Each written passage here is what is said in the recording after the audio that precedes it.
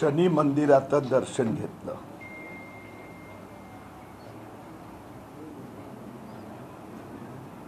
सोबतच लागून मारुतीचं मंदिर, तिथले पुजारी, तिथल्या रहिवासी, महिला,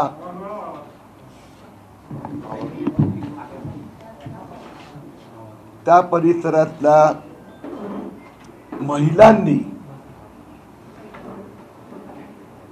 जे वर्णन केलं 12 आणि 13 तारखेचं, ऐकून भीती वाटते। वरच्या मजल्यावर हे दंगेखोर गेले, महिलांवर वार करण्याचा प्रयत्न, मंदिराचे दोन्ही पुजारी जखमी, एकाचा पाय, एकाचा हात। अशी हिम्मत आज जर बाळासाहेब ठाकरे असते तर काँग्रेस आणि एनसीपी आणि हे दंगे फैलवण्याचा प्रयत्न करणाऱ्या रजा अकादमीची झाली नसती। सत्तेसाठी समझोता समजू शकतो, मुख्यमंत्री पदाचा लालसेपोटी विश्वासघात पण समजू शकतो, पण विश्वासघात नरेंद्र मोदीजीचा करा, जनतेचा करा, फडणवीसांचा करा, परंतु महाराष्ट्राचा जनतेचा, अस्मितेचा, हिंदू संस्कृती, हिंदू धर्माचा आणि बाळासाहेब ठाकरेंनी हिंदू हृदय सम्राट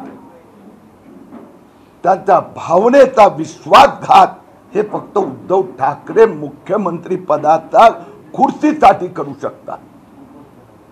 92-93 दंगलीच्या वेळेला मुंबईत मी रस्त्यावर होतो आणि त्यावेळी आदरणीय बाळासाहेब ठाकरेंनी मुंबईचा हिंदूंना वाचवण्याचं एक महाभगीरथ कार्य केलं आणि हे आता काँग्रेस, एनसीपी आणि ठाकरे साहेब हिंसाचार म्हणतात। 13 तारखेचं हिशोब मागतात काँग्रेसचे मंत्री, मग यशोमती ठाकूर पासून बाकी सगळे। अरे मग 12 तारखेचा हिशोब का देत नाही? 12 तारखेचं विस्मरण काँग्रेस नेते करतात, ठाकरे साहेबांचे मंत्री करतात। याचा अर्थ असा झाला की ते त्या दिवशी 3 ठिकाणी जे मिरवणुका निघाल्या हे यांच्या प्रेरणेने निघाल्या होत्या का? चौकशी 12 तारखेची झाली पाहिजे। कुठे मस्जिद पेटवण्यात आली? त्रिपुरामध्ये कोणी अफवा फैलवली? का उद्धव ठाकरे ते शोधत नाही? का शरद पवार गप्प बसले आहेत? 12 तारखेला हजारो लोक रस्त्यावर गपचूप येऊ शकतच नाही। पोलिसांना स्पष्ट सूचना देण्यात आली होती, हे होऊ द्या, मला यायचं होतं, थांबवण्यात आलं।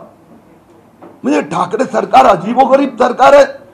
त्यांचे मंत्री घोटाळे करतात, जावयाच्या कंपनीला हसन मुश्रीफ 1500 कोटीचा कॉन्ट्रॅक्ट देतात आणि तो घोटाळा याचा खुलासा करण्यासाठी किरीट सोमय्याला कोल्हापूरला जायचं आहे, प्रतिबंध।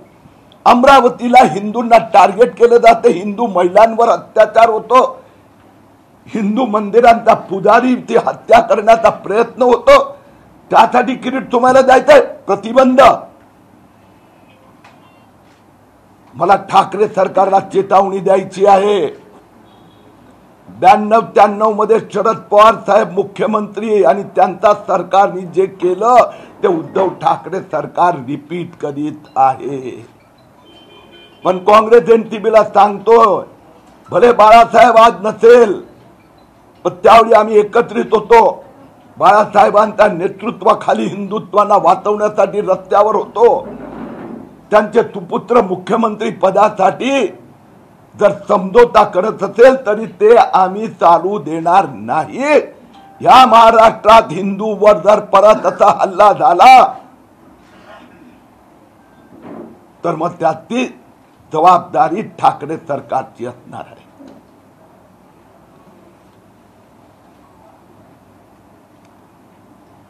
माझा आता दौऱ्याचा मुख्य उद्देश, मी त्या दिवशी अमरावतीच्या जनतेला प्रॉमिस केलं होतं मी येतोय, येऊ दिलं नाही, त्याचा पाठपुरावा करण्यासाठी मी आज अमरावतीला आलो आहे. मला अनेक महिलांनी जी निवेदनं, वेदना, यातना व्यक्त केली आहेत, मी राज्य सरकारला पुन्हा विनंती करणार, त्यांच्या सुरक्षेची जबाबदारी त्यांची आहे, त्यांनी घेतली पाहिजे.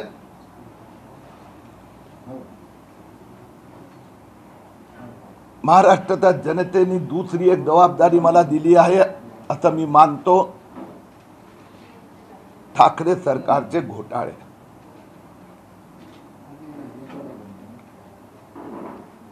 गेल्या 12 महिन्यात 100 घोटाळे समोर आले आहेत. त्यातनं 24 मोठे घोटाळे आहेत, त्याचा हिशोब मी यात दिलेला आहे. ठाकरे सरकारचे अर्धा डझन मंत्री, नेते, अधिकारी जेलमध्ये किंवा बेलवर आहेत. 31 डिसेंबर पर्यंत 40 घोटाळे एकंदर लोकांच्या समोर आम्ही उघडकीस आणलेले असेल. आतापर्यंत 28 आलेले आहे.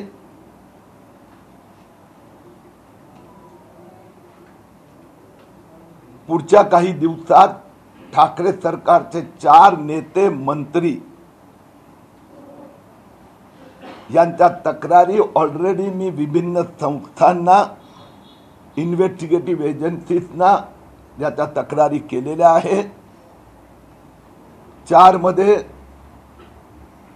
2 शिवसेनेचे आहे, त्यातला एक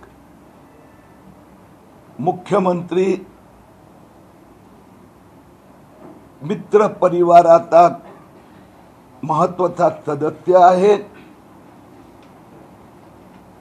दुसरा तर मी आता वर्णन करत नाही, नाही तर लगेच तुम्ही नाव सांगणार. तो दोन्ही मुख्यमंत्री मित्र परिवाराचे सदस्य आहेत. एक कॅबिनेट मिनिस्टर आहे ठाकरे सरकारच्या काँग्रेसचे विदर्भातील कॅबिनेट मंत्र्यांचा पण नंबर आहे. त्याची पण फाईल आली आहे.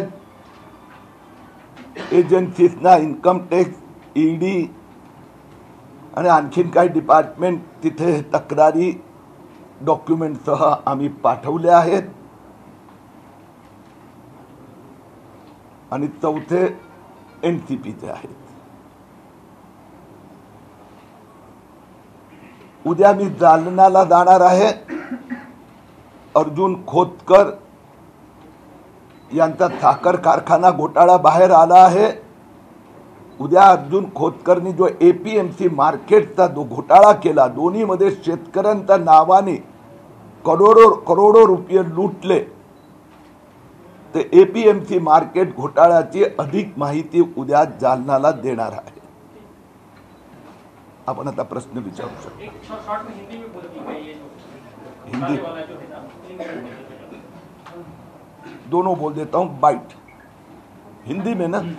हाँ, अमरावती में कांग्रेस, एनसीपी, शिवसेना, ठाकरे सरकार के मुकदमंती और समर्थन से 12 तारीख को दंगा फैला. 3 शहरों में जहां पर रजा अकादमी और इन नेताओं की मुकदमंती से जो जुलूस निकले, उसकी जांच होनी चाहिए. मैं आज अमरावती में आया, मैंने शनि मंदिर परिसर, हनुमान मंदिर, वहां के लोगों से मुलाकात की. मंदिर के दोनों पुजारी का, एक का पैर, इसका हाथ. तो ये मंदिर के पुजारी की हत्या करने का कारस्थान करने वाले लोग आज तक बाहर क्यों घूम रहे? वहां की महिलाओं ने कहा कि पहले माले पे एक महिला वहां पर तलवार लेके पहुंच गई है मुस्लिम गुंडे,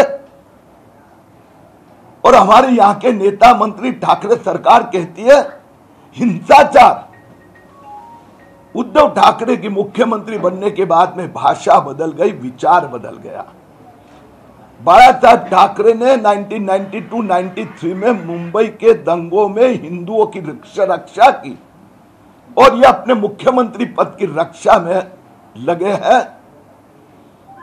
मैं चेतावनी देना चाहता हूं सरकार को, इस प्रकार से पूर्व नियोजित जुलूस, उसमें कुछ माफिया गुंडे, नारे, तोड़फोड़ हिंदुओं की दुकान के, ये महाराष्ट्र सहन नहीं करेगा। जो ठाकरे सरकार यानी घोटालों की सरकार, आने वाले कुछ दिनों में मैं ठाकरे सरकार के 4 मंत्री नेताओं के नए घोटाले उजागर करने वाला हूं, जिसमें से 2 शिवसेना मुख्यमंत्री उद्धव ठाकरे जी के मित्र परिवार के सदस्य हैं, एक विदर्भ के कांग्रेस के कैबिनेट मिनिस्टर हैं, और चौथे एनसीपी के हैं। 31 दिसंबर तक अभी तक 28 घोटाले बाहर आए हैं, 12 बड़े घोटाले मैं 31 दिसंबर तक जनता के सामने रखूंगा। सर, ये अमरावती में जो पूरे घोटाले की आप लोग बात कर रहे हो, पूरे महाराष्ट्र की, अमरावती की जनता को उसको क्या संदेशा जाएगा? क्या ये घोटाले यहाँ क्यों बताना चाहते हो? क्या सामने इलेक्शन है इसके लिए आप लोग ये घोटाले बता रहे हो? अभी मैं पूरे महाराष्ट्र में फिर रहा हूं। ठाकरे सरकार के घोटाले के कारण माफिया राज पैदा हो गया है। अमरावती में मैं 13 तारीख को आना चाहता था, लेकिन पुलिस कमिश्नर ने रोक दिया। मैंने अमरावती के कार्यकर्ता और अनेक लोगों ने मुझे उसी समय कहा था आना चाहिए, और वो मैं जो आना चाहता था वो दौरा आज पूरा किया है मैंने। अमरावती की जनता को मिल रहा हूं। एक और दंगा फसाद, माफिया राज, और दूसरे बाजू घोटाले घोटाले घोटाले। पूरे महाराष्ट्र में घोटाले जाकर निकाल रहा हूं, लोगों के सामने रख रहा हूं। ठाकरे सरकार के घोटाले का हिसाब देता हूं। सर, अमरावती के घोटाले का बताइए ना। अमरावती में क्या घोटाला है? अमरावती में क्या तकलीफ स्थिति थी इतनी बड़ी प्रेस कॉन्फ्रेंस देने का आपका यहाँ पर? मैंने आपके प्रश्न का जवाब दिया भैया। घोटाले के अमरावती में आप नहीं दिया ना जवाब, आपने नहीं देना चाहते, बात अलग है। अमरावती में इस घोटाले के कारण अमरावती की जनता को फायदा होगा। इतनी बड़ी प्रेस आप हर जगह लेते हो, हर जगह घोटाले बताते हो। अमरावती में स्पेशल घोटाले बताने के लिए क्या उद्देश्य पीछे आपका? भैया, घोटाले ठाकरे सरकार करती है तो पूरे महाराष्ट्र की जनता को कीमत चुकानी पड़ती है, और अमरावती के संबंध के घोटाले भी योग्य समय में जो आने वाले, मैंने कहा आपको 31 दिसंबर तक अलीबाबा 40 चोर उद्धव ठाकरे साहब के 40 के 40 सहकारियों के घोटाले नजर के सामने आएंगे। मैंने अभी भी कहा कि भैया 4 नए नेताओं के घोटाले, उसमें से एक कांग्रेस के कैबिनेट मिनिस्टर विदर्भ के हैं, आएगा कुछ दिनों में बातचीत सामने। अमरावतीत जे काही घटना घडली होती त्याच्यानंतर आता कुठे इथलं जनजीवन पूर्वपदावर आलेलं आहे। शांतता असताना आपल्या या वेळेसच्या दौऱ्याचं उद्दिष्ट काय? समोर निवडणुका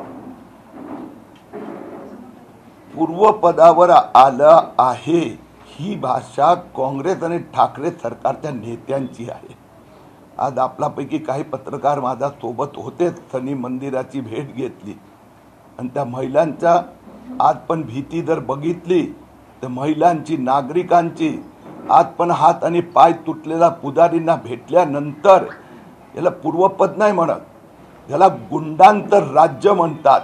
माफियागिरी करून पुन्हा एकदा जे 92-93 मध्ये त्याच्या आधी जी स्थिती शरद पवारचं सरकार होतं, आणि त्यावेळी जी होती ना हिंदूंमध्ये दहशत माजवणं, फैलावणे, ही स्थिती आहे आज अमरावतीमध्ये। आणि त्याच्यासाठी ठाकरे सरकारचं हिंसाचार म्हणतात। ओ 3 मिरवणुका निघाल्या कसे?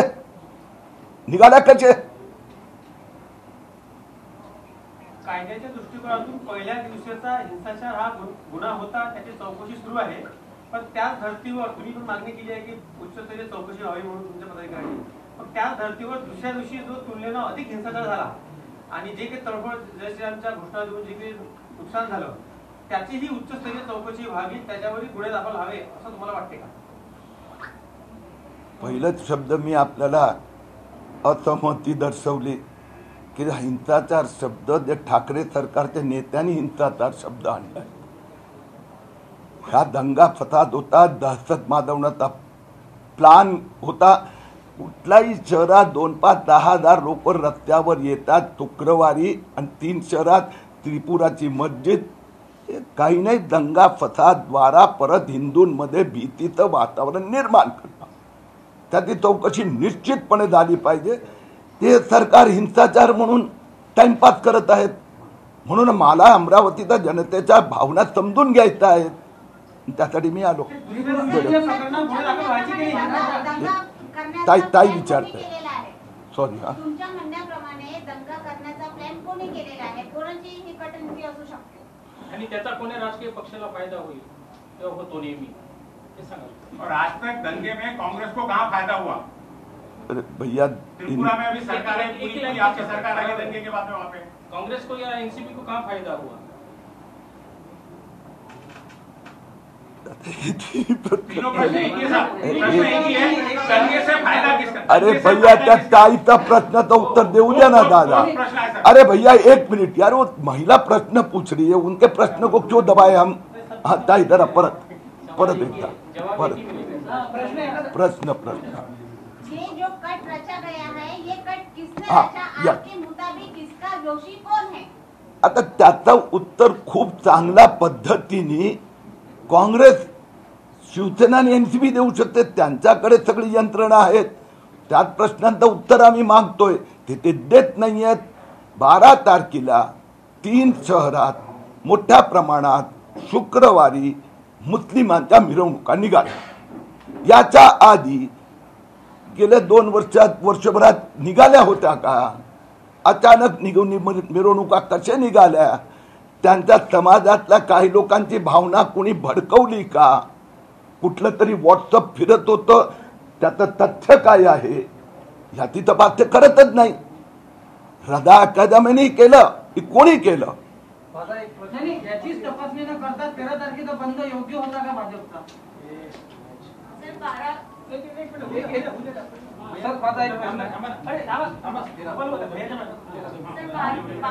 बंद योग्य होता का भाजपचा? दादा ती पण विचारते ना, देतो ना उत्तर. अरे तुझ्या सपोर्ट मध्ये त्या प्रश्न विचारतायत.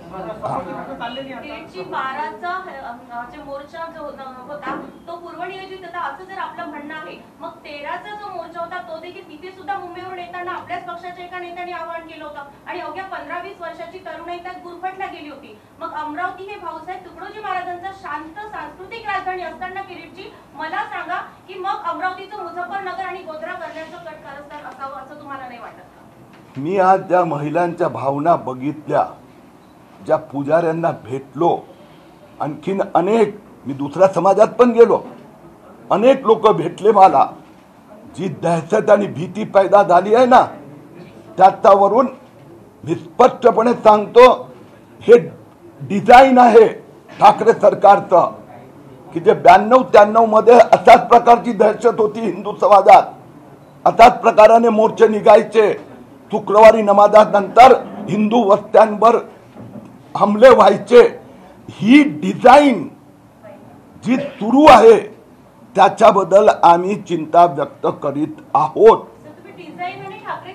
सर प्रश्न एक ही है, सारा का सारा जो आपने कहा कि 12 तारीख को ये प्लान किया गया था, उस प्लान का किस राजनीतिक पार्टी को फायदा है? आप इसका स्पष्ट उत्तर दीजिए, ना कहिए. ठाकरे सरकार को इस वायलेंस से क्या फायदा होगा ये भी बोल दो आप, या नुकसान क्या होगा? नुकसान तो बोल दिया, तो फायदा क्या होगा भी बोल दो थोड़ा बहुत, मानो समझ में आएगा ना. आप उस ट्रैक पे आ ही नहीं रहे जो हम सवाल पूछ रहे हैं ना, इसका फायदा किसको आप होगा? सारे पत्रकारों को घुमा रहे हैं, आप मूल मुद्दे पे नहीं आ रहे हो. देखो भैया, अभी मैं आपको एक प्रार्थना करता हूँ. जो पीछे जो बोल रहे हो लाइट के कारण आपका चेहरा नहीं दिखाई दे रहा. नहीं, मुझे चेहरा नहीं. आप एक बार प्रश्न पूछो, 2 बार पूछो, बाकी पत्रकार परिषद पूरी होने के बाद में आपको जितना चाहिए पूछना. मुझे सभी पत्रकारों को अटेंड करना है, महिलाओं को भी अटेंड करना है। आप अकेले पूरी पत्रकार परिषद आपकी दिशा में ले जाओगे तो आप 1-to-1 इंटरव्यू कर लेंगे। एक भैया उनके सवाल को हमारा सपोर्ट है। एक मिनट का बताइए मत सर, आप स्पष्ट उत्तर एक ही प्रश्न आपसे सबसे पूछ रहे हैं, इस योजना का क्या फायदा था? आपने कहा प्लान है, उस प्लान का आप फायदा बता दीजिए, बाद में दूसरा प्रश्न पूछते हैं। हम बाद में दूसरा प्रश्न पूछते हैं, या बोल दीजिए प्रेस कॉन्फ्रेंस खत्म हो गई। अभी मैं नहीं, आप जवाब बोलिए, हर प्रश्न वही प्रश्न पूछाना है तो थोड़ा सा वो है आपका थोड़ा माइक ठीक है एक सेकंड आप लाइट बंद करेंगे, मैं उनको जरा कहना चाहूंगा। एक सेकंड, वो लाइट में दिखाई नहीं दे रहा, ये जो फ्लैश लाइट में दिखाई नहीं दे रहा भैया। देखो अभी इसके बाद में मैं बाकी लोगों के प्रश्न के जवाब दूंगा।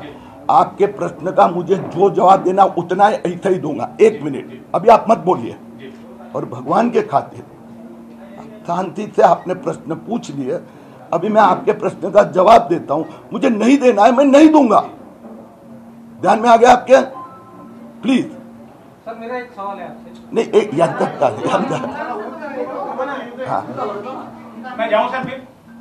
1 मिनिट आप में असं आहे की 12 तारखेला हे जे डिझाईन तयार करण्यात आली, ज्या प्रकाराने दंगे भडकवण्यासाठी मॉब उभं करण्यात आलं, 92-93 मध्ये तसाच पद्धतीने महाराष्ट्रात शरद पवारच्या नेतृत्वाखाली असंच चालू होतं। मुस्लिम अल्पसंख्याक वाद उभा करणं, त्यांच्यामध्ये असा प्रकाराचं भाव निर्माण करणं, हिंदूंमध्ये दहशत पैदा करणं आणि मुस्लिम मतांना भडकवून अल्पसंख्याक वोट बँक तयार करण्याचं काँग्रेस एनसीपी हे त्यांचा तर जुना जमानाची पद्धत आहे। पण आम्हाला उद्धव ठाकरे साहेबांकडून ही अपेक्षा नव्हती, म्हणून आम्ही आमची चिंता पूर्णपणे व्यक्त केली। मी हिंदू वस्तींमध्ये गेलो, आज पण भीतीची भावना आहे। सरकारने पहिलं 12 तारखेचं सुरुवात 12 तारखेला झाली, आणि ते जे झालं त्याच्यासाठी कोण जबाबदार आहे त्याबद्दल सरकार काही बोलतच नाहीये। आता वोट बँक की महापालिका इलेक्शन किंवा त्रिपुराचा इलेक्शन ह्याला जोडण्यात ही भाषा मी नव्हती वापरली, ही भाषा शरद पवारनी वापरली, ही भाषा ठाकरे सरकारनी वापरली की उत्तर प्रदेशमध्ये इलेक्शन आहेत म्हणून भारतीय जनता पक्ष हे करतोय। म्हणून पत्रकार बंधू भगिनीनो, आपण प्रश्न विचारला, मी उत्तर दिला। वोट बँकची भाषा भारतीय जनता पार्टी नाही करत। आमचं ते मुस्लिम वोट बँक साठी तुम्ही सोशल ऍक्टिव्हिटी करा ना, पण मुस्लिम वोट बँक साठी हिंदूंना टार्गेट करणं हे आम्हाला मान्य नाही। 12 तारखेचा हा हिंदूंवर अन्याय होता अशी प्रतिक्रिया सर्व नेते देत आहे भाजपचे। मग दुसऱ्या दिवशी जो प्रतिक्रिया घडली, जो काही हिंसाचार झाला, ती हिंदूंची उत्स्फूर्त प्रतिक्रिया ती असे म्हटलं गेलं। मग त्या दरम्यान तुमच्यापैकी किती हिंदू नेत्यांची हिंदू मुलं मुली हे रस्त्यावर जय श्रीरामचे नारे देत तोडफोड करत होती, याचं उत्तर द्या। याचं उत्तर महाराष्ट्र ठाकरे सरकार देणार, त्यांना विचारून घ्या।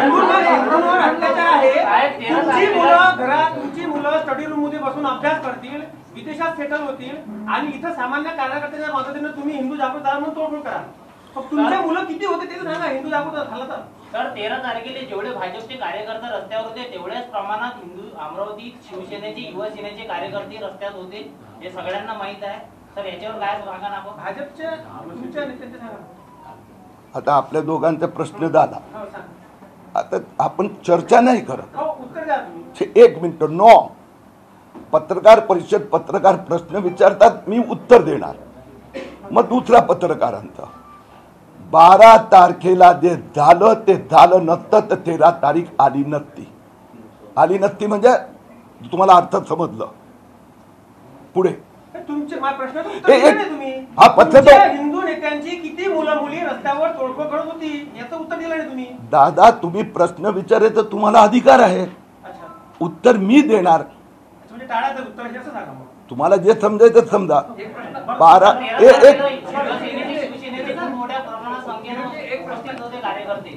एक मिनिट, एक प्रश्न आहे माझा.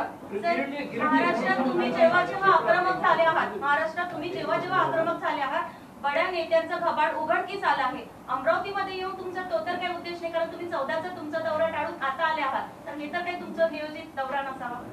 मी फार स्पष्ट म्हणणं आहे की ही जी सुरुवात रज्जा अकादमीने केली आणि ज्या 3 महानगरात इतक्या मोठ्या प्रमाणात लोक रस्त्यावर आले, अचानक येऊ शकत नाही. हे उत्तर देतो ना, येतोय ना, येऊ शकतच नाही. आणि त्याच्यामुळे it was a government supported sponsor हे होतं का.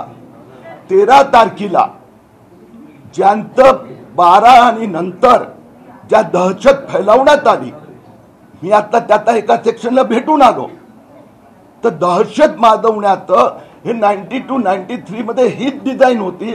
पण त्यावेळी बाळासाहेब ठाकरे स्वतः रस्त्यावर उतरले होते. आता हिंदू मार खाणार नाही हे म्हणाले होते. म्हणून काही ठिकाणी जर कुणाचं घर जाळलं असेल, काही ठिकाणी कुणाचा हात पाय कापला गेला असेल,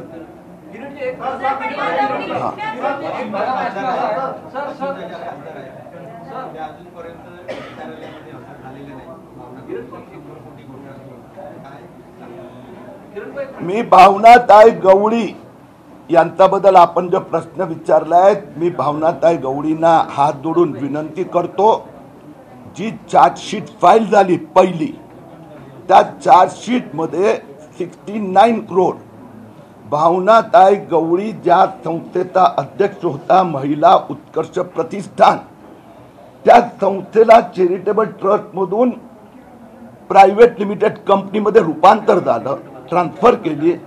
सगळी 69 करोड प्रॉपर्टी इलिगली त्यात ट्रान्सफर केली.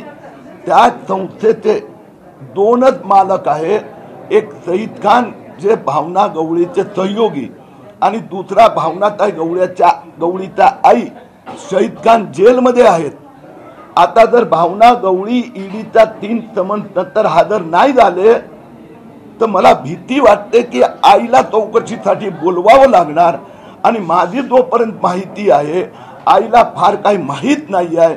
म्हणून आपला घोटाळा, आपला गुन्ह्याचा, भ्रष्टाचाराचा पाप याची सदा आईला होऊ नये अशी माझी भावना गवळीला विनंती आहे.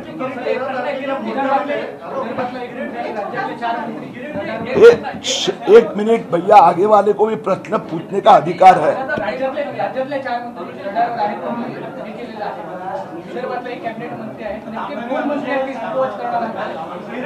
जे 4 नवीन मंत्री आणि 12 घोटाळे मी नवीन बाहेर काढत आहे, त्यातले एक विदर्भातले कॅबिनेट मंत्री आहे आणि ते काय याला वरचा विदर्भ थांबतोय ना,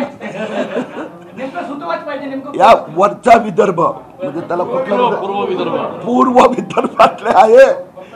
दोन्ही मी सांगतो, मी फक्त इथे आहे म्हणून पूर्व विदर्भ नाही. दुसरे जे आहेत 2 जण, ते उद्धव ठाकरे मुख्यमंत्रीजी यांचा मित्र परिवाराचे दोन्ही सदस्य आहेत. आता एनसीबीचं वर्णन पुढच्या वेळी. माझा प्रश्न आहे, किरीटजी, या भागाचा अनुशेषाचा प्रश्न आहे. तुम्ही आता जे म्हटलं,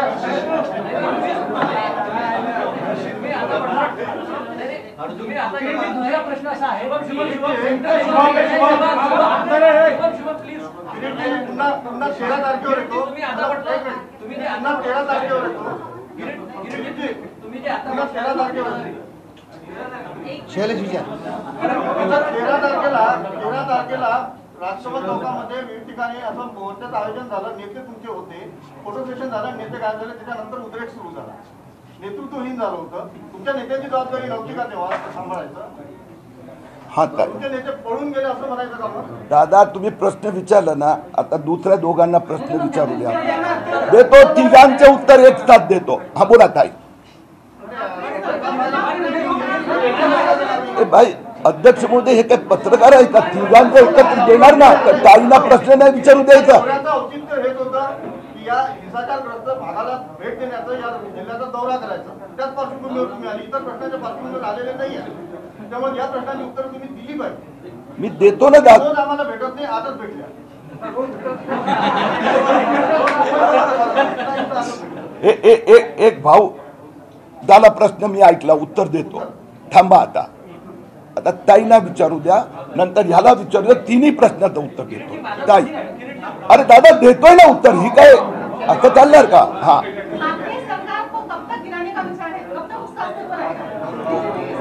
आता तिसरा. हा, अरे अध्यक्षांना प्रश्न विचारू देणार नाही. प्रश्न आहे की त्रिपुरावरून जे काही प्रकार घडला या संदर्भात अमरावतीतून दसऱ्यापासून राष्ट्रपती आणि पंतप्रधानांना निवेदन जातो आणि या संदर्भात माननीय देवेंद्र फडणवीस यांनी 14 किंवा 15 तारखेला क्लॅरिफिकेशन केलं की असा कुठलाही प्रकार त्रिपुरात घडलेला नाही. मग ही निवेदनं जेव्हा सेंट्रल एजन्सीकडे किंवा सेंट्रलकडे जात होती तेव्हा सेंट्रल एजन्सीनी त्याचा कॉग्निझन्स का घेतला नाही?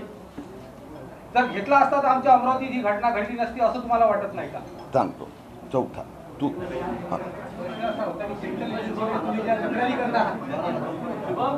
उद्या देशात जर सत्तांतर झालं तर विरोधी पक्ष असं भाजपच्या नेत्यांमागे ईडी सीबीआय लावेल. आता चारही प्रश्नाचं उत्तर देतो. ओके. एक प्रश्न असा आहे की हे जे घोटाळे बाहेर निघतायत फक्त सेंट्रल एजन्सी नाही, सेंट्रल एजन्सी, स्टेट एजन्सी पण, आणि हायकोर्ट आणि सुप्रीम कोर्ट पण, लोकायुक्त पण, या सगळ्यांनी यात डिटेल्स दिली आहेत. जे घोटाळे उघडकीस आलेले आहे त्याचा संबंधित चौकशी कारवाई सुरू आहे. ते लॉजिकल एंड पर्यंत जाणार यासाठी मी स्वतः पूर्ण प्रयत्न करणार. आता दुसरं, त्रिपुरा संबंधी जी अफवा, आता त्रिपुरा संबंधी अफवा त्या 24 तासातच फैलली. त्या त्रिपुरा संबंधीची अफवा त्या 24 तासातच या 3 किंवा महाराष्ट्रातच मोठ्या प्रमाणात पसरली आणि त्याचं आपल्याला इम्पॉर्टन्स महाराष्ट्रात हे कळलं नाही, समजलं नाही. हा एजन्सीज म्हणजे स्टेट एजन्सीज सांगू शकणार. पण तिसरी बात, या अफवा फैलल्यामुळे या 3 ठिकाणी मिरवणुका निघाल्या, याची कनेक्टिव्हिटीचं इन्व्हेस्टिगेशन करावं लागणार. मग बाकी ठिकाणी का नाही निघाल्या, देशात बाकी ठिकाणी का नाही निघाल्या, तीच आमची मागणी आहे. की दुसऱ्या दिवशी रिएक्शन आलं, रिएक्शन मध्ये कोणी कायद्याचा भंग केला असेल त्याची सरकार इन्क्वायरी करतच आहे. ऑलरेडी देव स्टार्टेड, देव अरेस्टेड ऑल्सो. मुद्दा असा आहे की तुम्ही नंतर वालेला हिंसाचार म्हणून त्याची तुम्ही चौकशी करतायत. हे झालं कसं, त्याचं मूळ शोधा. त्याच्याबद्दल ठाकरे सरकार जाणून बुजून दुर्लक्ष करीत आहेत. हा मुद्दा आहे. ए दादा, तुमचा प्रश्नाचा पण उत्तर मिळाला, त्या ताईचा प्रश्नाचं उत्तर देऊ द्या. हा, तुम्ही ताई काय विचार? ठाकरे सरकार केव्हा पण? हा, सॉरी. आमची जी लढाई आहे महाराष्ट्रात चांगलं जे राज्य होतं, चांगलं राज्य व्हावं. ही जी माफिया सरकार आहे त्यांनी माफियागिरी बंद करावी, लूटमार बंद करावी, ही आमची अपेक्षा आहे. सत्तेवर कोण आहे नाही हा वेगळा भाग आहे. म्हणजे सत्तेवर वडील होते बाळासाहेब ठाकरे, हिंदूंच्या बाजूने उभे राहिले. आता उद्धव ठाकरे हे काँग्रेस आणि एनसीपी यांचा मुख्यमंत्री पद वाचवण्यासाठी दोन्ही हातात हिरवा झेंडा घेऊन उभे राहिले. ते शांतीने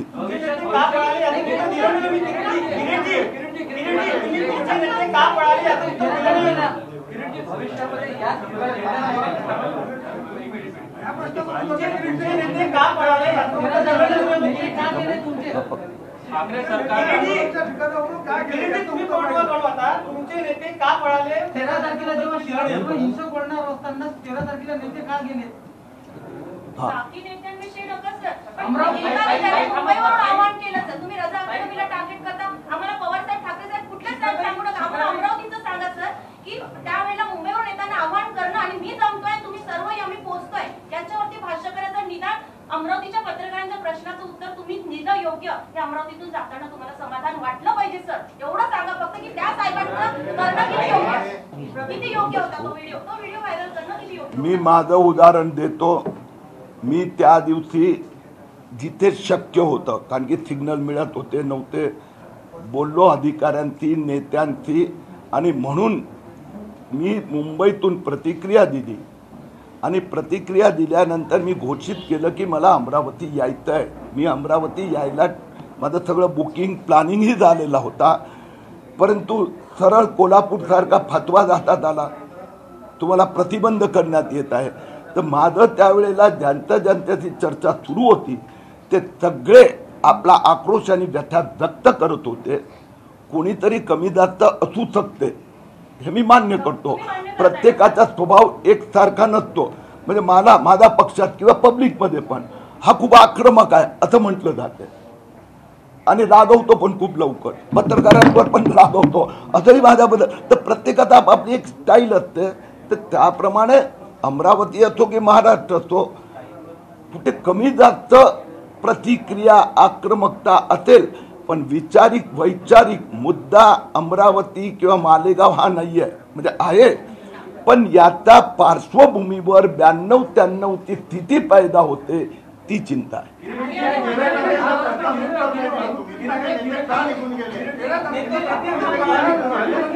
आता आपण एक आचारसंहिता कोड ऑफ कंडक्टची पत्रकार परिषदेची पाळायची.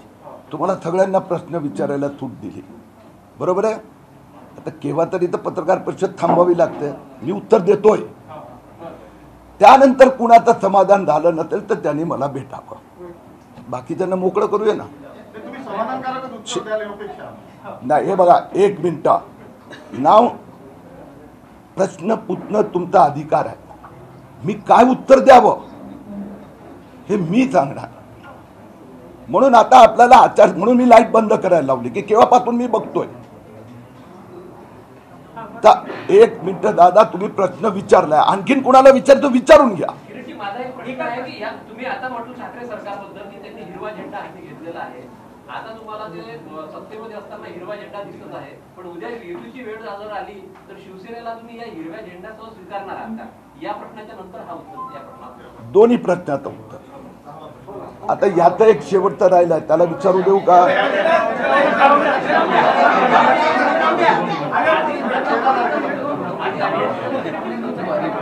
एक मिनिट, हे काही इमानदारी नाही.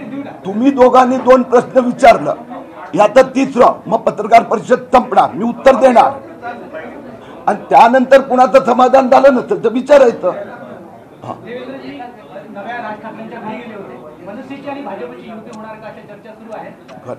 महत्वाचा प्रश्न आहे, बरोबर. 3 प्रश्न विचारलो तर कोणी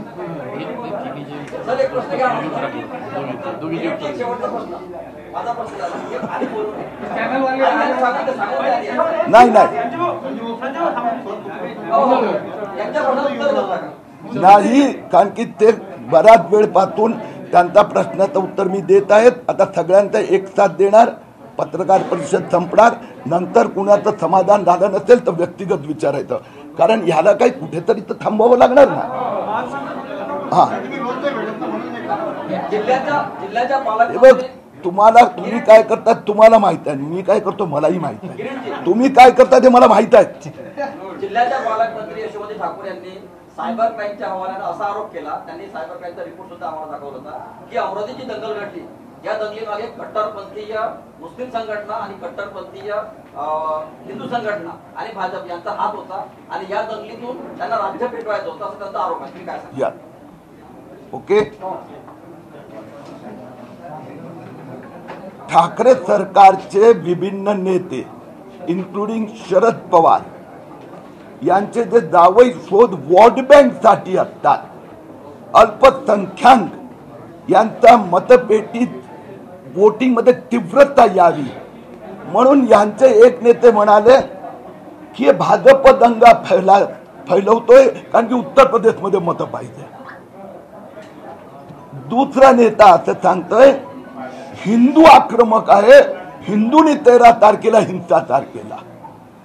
तिसरा नेता असं म्हणतो की 12 तारखेला जे झालं हे तर निर्दोष होतं, हे तर त्यांच्या स्वतःच्या धार्मिक भावना होत्या, मस्जिद पेटवली गेली म्हणून ते रस्त्यावर आले, हे ठाकरे सरकारच करू शकते. हे तिन्ही प्रतिक्रिया ठाकरे सरकारच्या नेत्यांची, पण विसंगती बघा, विरोधाभास बघा. 12 तारखेला जे झालं त्याचा बदल उद्धव ठाकरे, शरद पवार पासून यशोमती ठाकूर सगळे शांत आहे, मौन आहेत. आमचं असं म्हणणं आहे 13 तारखेला रिएक्शन आलं असेल काही ठिकाणी, आणि त्यात कोणी समजा का IPCच्या अंतर्गत गुन्हा केला असेल तर सरकारने त्यांच्यापैकी अनेकांची अटक केलेलीच आहेत. भारतीय जनता पक्षाची जबाबदारी आहे की आम्ही हे मानतो की या महाराष्ट्राची जी संस्कृती आहे त्याची रक्षा केली पाहिजे. BJP शिवसेना युती अनेक वर्ष हिंदुत्वाचा मूळ मुद्दा होता, बाकी पण मुद्दे असतातच. म्हणून त्या आधारावर हे जे 12 तारखेला झालं हे 12 तारखेपुरतं मर्यादित नाही असं किरीट सोमय्याचं स्पष्ट म्हणणं आहे. ही डिझाईन बाकी ठिकाणी ठाकरे सरकारच्या समर्थनाने मूकसंमतीने रजा अकादमी किंवा आणखीन संस्था परत घडवून आणू शकतात. 13 तारखेला जे झालं त्याच्या संबंधी या सरकारने ऑलरेडी पावलं उचलली आहेत, आणि त्यामुळे ते युती संबंधी बातचीत झाली. भारतीय जनता पक्ष आता किंवा पुढे पण त्यावेळी महाराष्ट्रातील जनता जबाबदारी देणार, मूळ मुद्द्यांची समझोता करणार नाही. मग मूळ मुद्द्यांमध्ये हिंदुत्व असो की एक भ्रष्टाचार मुक्त महाराष्ट्र असो, या 2 मुद्द्याची समझोता होणार नाही. त्याच्या आधारावर समजा पुढेही सरकार बनवावी लागली तर निश्चितपणे आम्ही त्यावेळेला परिस्थिती होणार, पुढे उद्या आणखीन निवडणुका होऊ शकतात. राहिली गोष्ट मनसेची, भारतीय जनता पार्टीची प्रदेश कार्यकारिणीची गेल्या आठवड्यात बैठक झाली, त्यात ठराव मंजूर झाला. भ्रष्टाचार मुक्त महाराष्ट्र, या घोटाळेबाज सरकारचे घोटाळे काढून जनतेमध्ये जागृती आणणं आणि स्वतःचा एकटेच्या बळावर पुढची निवडणूक लढायची. धन्यवाद. जय हिंद, जय महाराष्ट्र.